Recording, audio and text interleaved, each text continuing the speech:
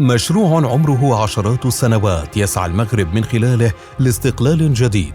استقلال لا يعني أنهم يبحثون عن حرب أو صراع، بل عن بحث وعمل وتعب سيغير وجه البلاد. الطاقة تؤرق المغرب كما تؤرق أوروبا، ولكن الفرق أنها ليست في السنة الأخيرة بل منذ سنوات.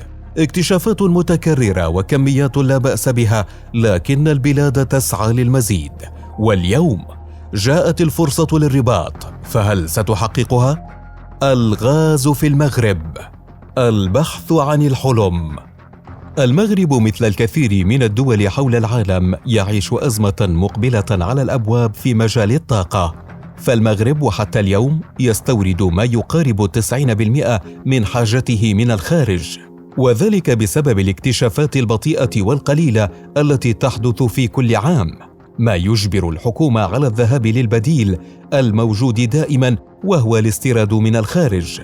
واليوم وفي ظل أزمة الطاقة العالمية يتأثر المغرب هو الآخر بها، وذلك بالمرتبة الأولى بسبب رفع أسعار الغاز عالميا والتي باتت تؤرق الكثير من الدول، وبالمرتبة الثانية بسبب توقف الإمدادات الجزائرية من الغاز، حيث تمر من المغرب العديد من خطوط الغاز التي تصل غاز الجزائر بأوروبا، ولكن الرباط في السابق تحصل على حصة منها مقابل ذلك المرور. لكن الجزائر قررت مؤخرا قطع هذه الخطوط لتضع المغرب في مشكلة.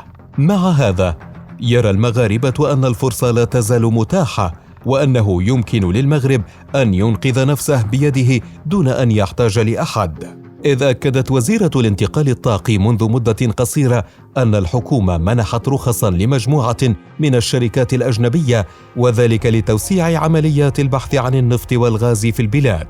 وأكدت أن تلك الخطوة جاءت بعد نتائج وصفتها بالمشجعة. وضحت أن المغرب من المحتمل أن يحصل على موارد جديدة من الغاز الطبيعي، ما يساعده على تأمين حاجته من الطاقة دون مشاكل.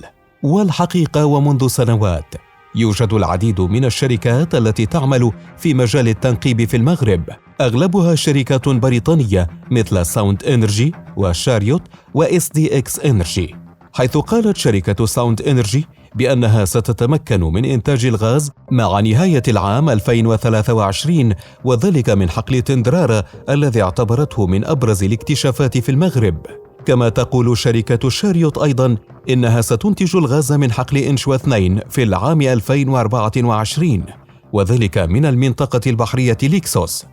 حقول ومناطق الغاز في المغرب تتمركز وفق ما أعلنت المديرة العامة للمكتب الوطني للهيدروكربورات والمعادن أمينة بن خضرة في منطقتين للإنتاج هي حوض الغرب وحوض الصويرة، ويضاف لهم منطقة جديدة قيد التطوير حاليا وهي حوض تندرارا. وقد أكدت حينها أن حوض الغرب شهد الكثير من الاكتشافات مؤخرا، كما عثر في حوض الصويرة على اكتشافات جديدة أيضا تصل بمعدل إنتاج سنوي إلى 30 مليون متر مكعب من الغاز الطبيعي.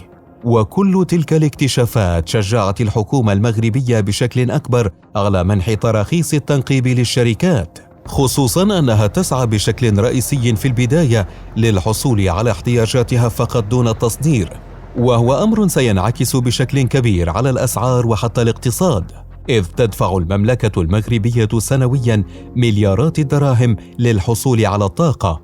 وتشير التقديرات في ظل ارتفاع الأسعار هذا العام إلى أن الفاتورة السنوية للطاقة قد تتجاوز 100 مليار درهم، وهو مبلغ سيكلف المغرب الكثير خصوصا من العملة الصعبة.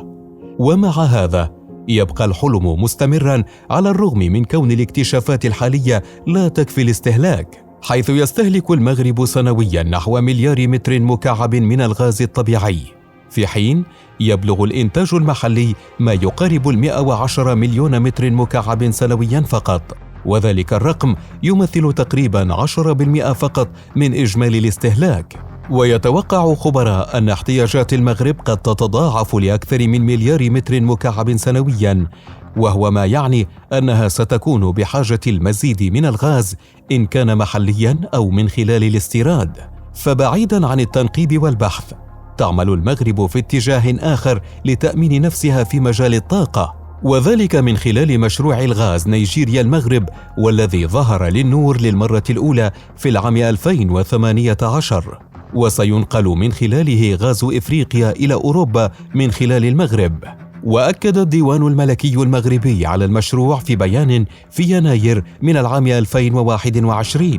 يعد مشروع الغاز نيجيريا المغرب أطول أنبوب يمر منه الغاز في العالم، إذ سيمتد على طول 5660 كيلومترا، وسيخترق دول بنين وتوغو وغانا وساحل العاج وليبيريا وسيراليون وغينيا بيساو وغامبيا والسنغال وموريتانيا. ويعتبر توسيعا لمنشأة كانت تضخ الغاز من جنوب نيجيريا إلى كل من بنين وتوغو وغانا منذ 2010.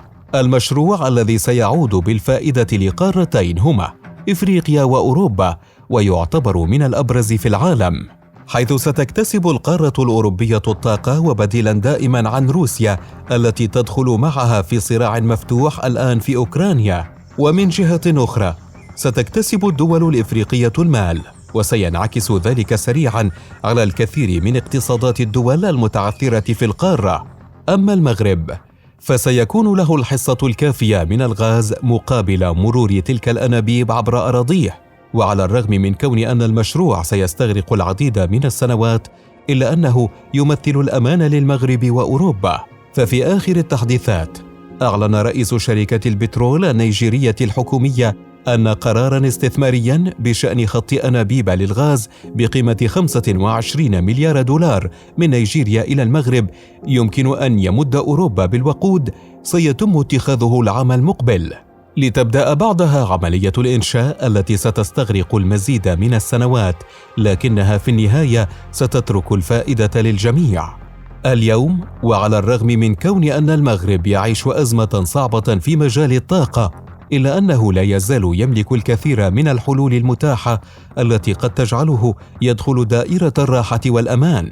فمن جهة تعمل الدولة على تسريع الاستكشافات والتنقيب عن النفط والغاز، ومن جهة أخرى يعد مشروع أنبوب نيجيريا المغرب من الأبرز والأكثر قوة على مستوى الاقتصاد والطاقة، لتكون المغرب في الواقع أمام اختبار ومعركة حقيقية لتحقيق الأمان لها في السنوات القليلة القادمة.